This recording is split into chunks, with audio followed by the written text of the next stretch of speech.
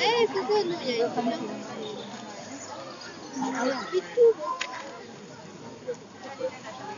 en même temps, c'est normal, il faut 2 mètres. En même temps, c'est normal. Il y a que 2 mètres. Il faut essayer quand t'as roue. Non, mais je crois qu'elle en est tous fait pour les animaux, ça s'appelle le vétérinaire. Non, je pense qu'elle a tout fait. Elle a dû me donner un peu là. Essaye de voler des gens. C'est hyper Ça intelligent. marche pas des masses. D'abord, dès qu'elle est arrivée, elle se montre un peu.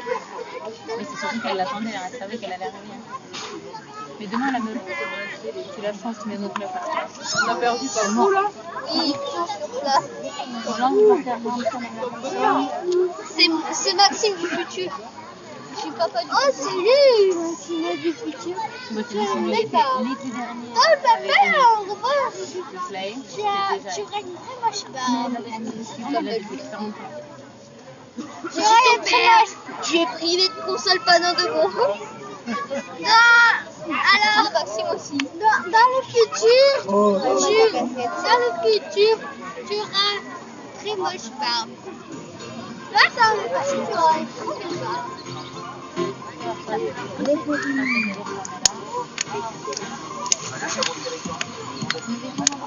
On est où là? Non, on a pris sur les gens qui doivent. J'adore. Non. Moi, je suis la plus vieille. On est loin de vraiment.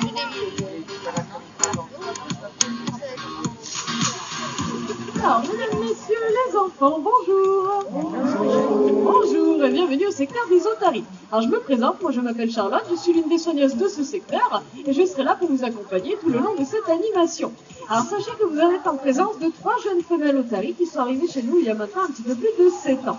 Alors, au fil des années, on a créé une relation de confiance avec elles en s'adaptant toujours à leur rythme, leurs humeurs, mais aussi leurs envies. Donc nos méthodes, elles sont dites positives, ça veut dire qu'on va toujours se baser sur le volontariat et la collaboration de nos animaux. Alors l'animation que vous allez voir aujourd'hui, elle a pour but de vous en apprendre un petit peu plus sur le mode de vie des otaries, mais également sur notre rôle en tant que soigneur animalier. Alors bien sûr, on compte sur vous pour bien participer à cette animation et surtout encourager nos otaries. Allez, on va pouvoir commencer et je suis aujourd'hui accompagnée de ma collègue Alice. Bonjour à tous. Alors, on va pouvoir accueillir notre première otarie. Alors, elle est âgée de 8 ans et demi. Je vous présente Nelly. Alors, du coup, les otaries, elles sont un petit peu comme nous. Elles ont chacune leur propre caractère. Et Nelly, c'est une otarie qui est très timide, très craintive. Mais c'est surtout la plus puissante et la plus sportive des 3. D'ailleurs, c'est pour ça qu'on la surnomme la sportive du groupe. Et elle va nous en faire une petite démonstration.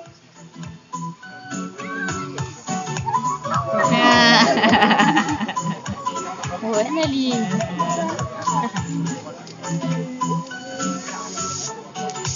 Et je crois qu'on peut applaudir bien fort Nelly.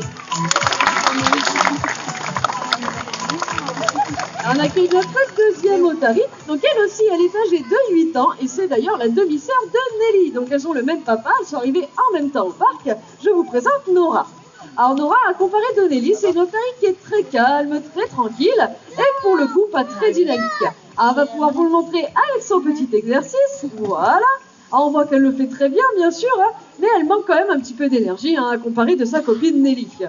Alors en fait, Nora, c'est pas vraiment une grande sportive pour le coup, et elle va préférer du coup tous les exercices qui demandent pas trop d'efforts physiques. On peut en conclure du coup que Nora, elle est quand même légèrement pantouflarde. Eh oui, Nora. Mais c'est ce qui fait tout son charme, bien sûr. Tu peux te relever. Vous voyez, elle aime bien rester allongée. D'ailleurs, je vais lui reproposer l'exercice. Elle aime beaucoup, du coup. Ça lui demande pas trop d'efforts à Nora. Voilà.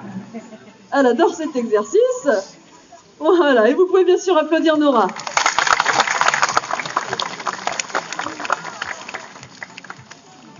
Allez, on accueille notre dernière otarie. Donc elle est plus jeune, elle est âgée de 7 ans. Donc ça va être la plus petite du groupe. Mais pour le coup, à comparer de Nora, c'est notre otarie la plus dynamique. Je vous présente Cléo. Alors Cléo, c'est une vraie pile électrique pour le coup. Donc elle préfère les exercices qui bougent le plus. Donc petite démonstration.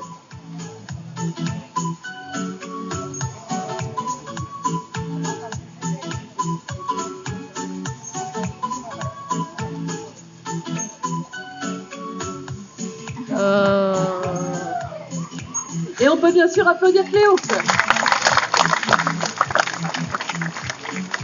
Alors vous connaissez maintenant un petit peu plus nos 3 jeunes femelles otaries. Alors je vais maintenant vous parler des otaries de manière un petit peu plus générale. Alors l'otarie, c'est un animal qui est dit semi-aquatique. Donc ça veut dire qu'elles vont être autant à l'aise dans l'eau, hein, bien évidemment, mais également sur terre. Alors d'ailleurs, les colonies d'otaries, elles vont en général aller s'installer le long des étendues de sable, voilà, où elles vont pouvoir y rester allongées pendant des heures, hein, elles adorent ça. Et suivant les régions, elles vont aussi pouvoir aller s'installer le long des côtes rocheuses, et ça hein, par centaines d'individus. Alors, il faut savoir que dans le monde, il existe quand même une quinzaine d'espèces hein, d'otaries différentes. Elles ont toute une taille, un poids, un physique hein, bien différents. Alors, chez nous, vous êtes en présence d'otaries de Californie. Alors, c'est bien hein, le nom de leur espèce. Alors, les otaries de Californie, ce sont des otaries qui sont plutôt fines et fuselées, voilà, comme vous le montre Cléo. Et elles ont également ce long museau à l'avant qui va ressembler hein, un petit peu à celui du chien. Alors l'otarie de Californie, c'est aussi une espèce qui est très connue pour être vive et rapide. Et d'ailleurs, Nelly et Nora, elles pratiquent toutes les deux le sport préféré de tous en Californie, qui est bien sûr le surf.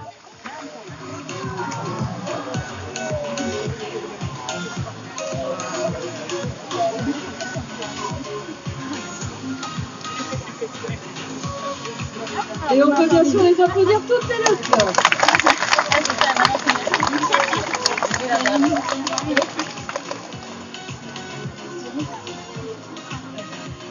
Allez, c'est un exercice qui est très bien réalisé, à part pour Nora, donc c'est un exercice qu'elle connaît, hein, qu'elles font du coup très bien toutes les deux. On va leur redemander une seconde fois, car Nora, elle a coupé un petit peu le dernier virage.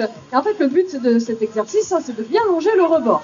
Donc pour essayer de positiver cet exercice, hein, que Nora puisse être bien récompensée, on va lui donner une deuxième chance, donc c'est parti.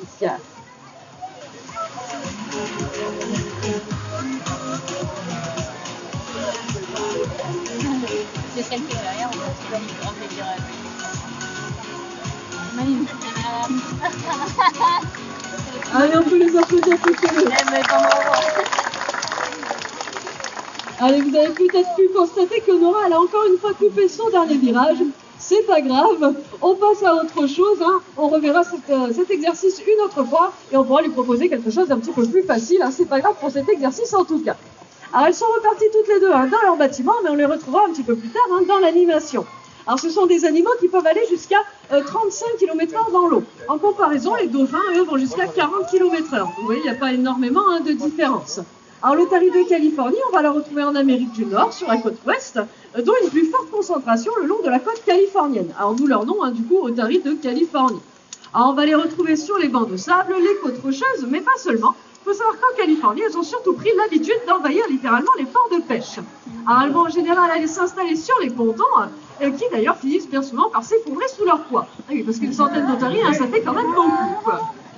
Alors les habitants là-bas apprécient pas vraiment hein, la présence de ces animaux dans les ports de pêche, c'est normal, hein, ce sont quand même des animaux très destructeurs, mais également très bruyants. Le problème, c'est qu'elles sont surtout très intelligentes, hein, donc une fois qu'elles se sont installées quelque part, il est très difficile de les faire partir. Alors elles sont aussi dotées d'un très bon sens de l'observation.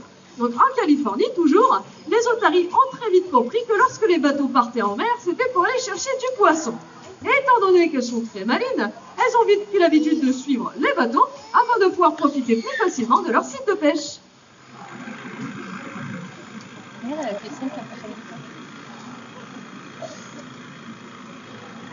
Et on peut applaudir Cléo pour sa démonstration. En effet, elles sont très malines, hein, les otaries. Alors pour celles qui n'auraient pas envie de suivre les bateaux, elles vont tout simplement rester toute la journée sur les pontons à attendre le retour des pêcheurs. Et il faut savoir que les pêcheurs, quand ils reviennent, ils ont la mauvaise habitude d'aller jeter leurs déchets de poissons du jour directement dans l'eau.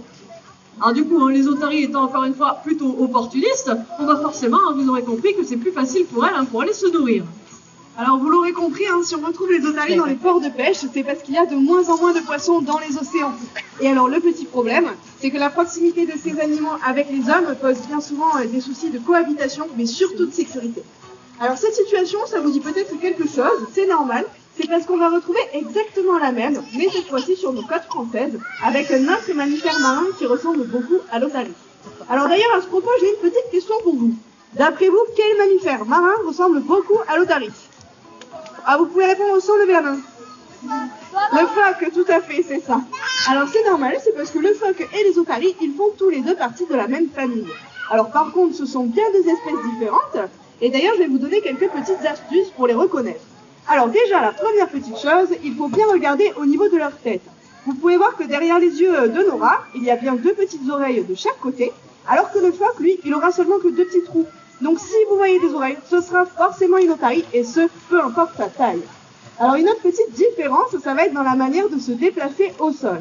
Alors du coup, c'est Nelly qui nous a rejoint à l'arrière pour nous faire une petite imitation du déplacement du phoque au sol. Allez, le temps pour elle de se mettre en place, et je vous laisse observer Nelly à l'arrière.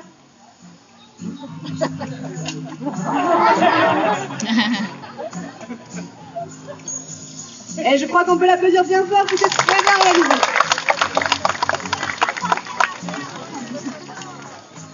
Alors du coup, vous l'avez vu, les phoques sur le sol, ils ne vont faire que ramper. Alors que les otaries, elles vont pouvoir marcher et courir jusqu'à 15 km/h. Alors du coup, si elles sont capables de faire ça, c'est grâce à leur grande nageoire, voilà, qui est bien munie d'une main, d'un coude et d'une épaule. Et c'est ce qui va leur permettre de soutenir le poids de leur corps. Alors que les phoques, eh bien, ils ont seulement des toutes petites nageoires. Du coup, lorsqu'ils sont sur le sol, ils ne peuvent pas s'y appuyer dessus, et donc ils seront obligés de ramper. Alors une autre petite particularité des otaries, ça va être leur faculté à se mettre sur leurs 4 nageoires. Alors du coup, vous avez toujours Nelly à l'arrière, qui va nous faire un petit exercice. Vous allez voir qu'elle va remonter son bassin, qu'elle va s'appuyer dessus, voilà. Et donc vous comprenez un petit peu mieux comment elles font pour marcher avec leurs 4 nageoires. Alors que le phoque, lui, donc, il ne peut pas faire ça. Alors du coup, vous vous en doutez, ces nageoires, ça va pas seulement leur permettre de marcher et de courir. En fait, c'est aussi grâce à ça qu'elles vont pouvoir aller se propulser dans l'eau. Alors du coup, c'est encore une fois Nelly à l'arrière qui va nous faire une petite démonstration de toute sa puissance. Allez, je vous laisse regarder Nelly à l'arrière.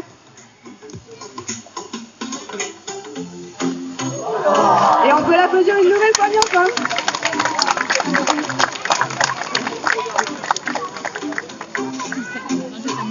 Alors du coup, vous vous souvenez, je vous ai dit que les phoques et les otaries, ils faisaient quand même partie de la même famille. Donc il y a quand même des petits points communs entre les deux. Alors, un de leurs points communs, du coup, ça va être au niveau de l'alimentation. Alors j'ai encore une petite question pour vous. D'après vous, qu'est-ce qu'ils mangent les phoques et les otaries?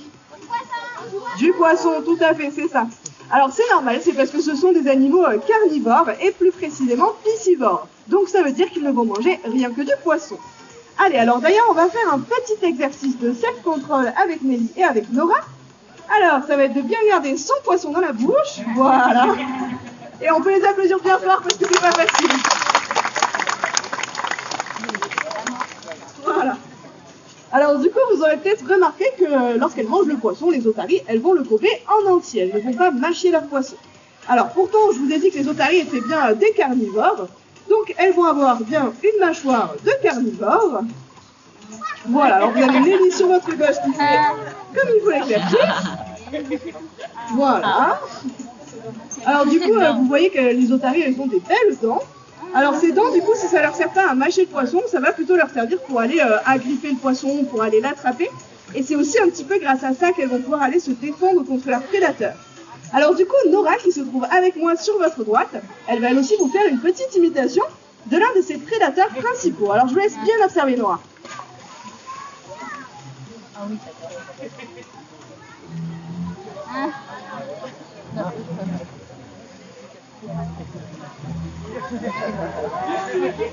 Et je crois qu'on peut l'applaudir bien fort. Allez, une petite question facile pour vous, du coup. À votre avis, quel animal Nora a-t-elle imité? Le requin. Le requin, tout à fait. Un requin qui fait partie des prédateurs principaux des otaries, mais il y a également un deuxième prédateur qui est très connu. À votre avis, lequel? Quel est le deuxième prédateur? La baleine. L'orque, je l'ai entendu, c'est bien l'orque.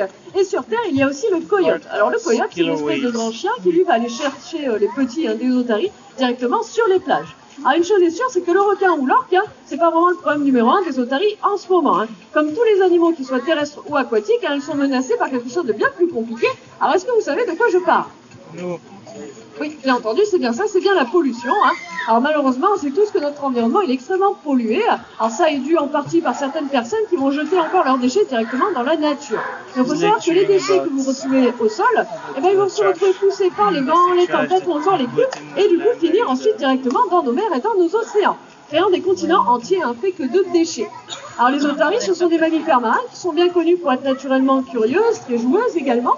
Donc dans la nature, elles ne vont pas hésiter à aller jouer avec les objets qu'elles trouvent. Et bien souvent, elles vont se blesser avec ces objets ou même les avaler, les ingérer, donc être très malades, n'est-ce pas Nelly? Eh oui, malheureusement. Alors prenez par exemple cette bouteille plastique qui a atterri dans notre bassin, que Nelly est partie me récupérer. Voilà, merci beaucoup Nelly. Alors une bouteille plastique hein, comme celle-là, elle va mettre plusieurs centaines d'années avant de disparaître. Alors en disparaissant, elle va se décomposer en plein de petits morceaux de plastique qui seront mangés par les poissons et donc ensuite forcément hein, par les mammifères marins. Alors du coup, Cléo nous a rejoint à l'arrière afin de réaliser un petit geste écologique que tout le monde doit bien faire au quotidien. Je vous laisse observer Cléo. Alors du coup, on compte sur vous hein, pour bien faire comme Cléo. Voilà, donc bien ramasser tous les déchets. Et alors évidemment, le plus important, c'est d'aller les mettre dans la bonne poubelle. Et on peut l'applaudir bien fort. Alors du coup, dans leur milieu naturel, les otaries, elles vont vivre une quinzaine d'années, contre environ 30 ans en parc zoologique. D'ailleurs, il est temps pour moi de vous parler un petit peu plus de notre rôle en tant que soigneur animalier. Alors nous sommes là pour assurer le bien-être physique et mental de nos animaux. Donc ça va par exemple passer par de l'entraînement médical. Alors en fait, ça veut tout simplement dire qu'on va habituer nos animaux à se laisser manipuler un petit peu de partout pour qu'on puisse vérifier leur état de santé au quotidien. Alors par exemple, on peut leur demander d'ouvrir la bouche pour pouvoir aller vérifier la dentition. On va aussi pouvoir vérifier les nageoires avant, les nageoires arrière, vérifier qu'il n'y ait pas de petits bobos. Et on va même pouvoir leur apprendre des positions un petit peu plus spécifiques qui vont nous permettre de faire des examens plus poussés comme des échographies, des radios, voire même des prises de sang. Alors, on va faire un petit exemple d'une position avec Cléo qui va nous permettre de faire une radio des dents. Alors pour ça, il faut qu'elle soit bien allongée par terre. Voilà. Voilà, et donc on va pouvoir lui demander en plus d'ouvrir la bouche. Donc voilà comment on va faire une radio des dents. Alors le but de tout ça, c'est de pouvoir proposer tous ces exercices en volontaire à nos animaux et donc de pouvoir éviter l'anesthésie lorsque c'est possible. Alors vous l'aurez compris, hein, du coup l'entraînement médical c'est très important avec nos otaries, mais on ne fait pas que ça, car ça reste des animaux qui sont dynamiques et donc qui ont besoin d'être stimulés mentalement mais aussi physiquement. Donc pour ça, on va leur apprendre toutes sortes d'exercices tout au long de l'année qui vont leur permettre d'être stimulés mentalement et physiquement et donc de réfléchir. Alors par exemple, sur un même exercice, on peut très bien lui demander du côté droit comme du côté gauche. Donc en fait, ça complique tout simplement un petit peu l'exercice, hein, car ça lui demande de la concentration, de l'attention, pour ne pas se tromper de côté. On peut leur proposer des exercices aussi bien sur la plage, dans l'eau, à droite, à gauche, l'essentiel étant de toujours varier hein, les exercices et aussi l'endroit où on les demande bien sûr. Alors un exercice, il va pouvoir s'apprendre en quelques jours ou en quelques mois. Ça va dépendre bien sûr de la difficulté hein, de l'exercice, mais également du caractère hein, de l'otarie.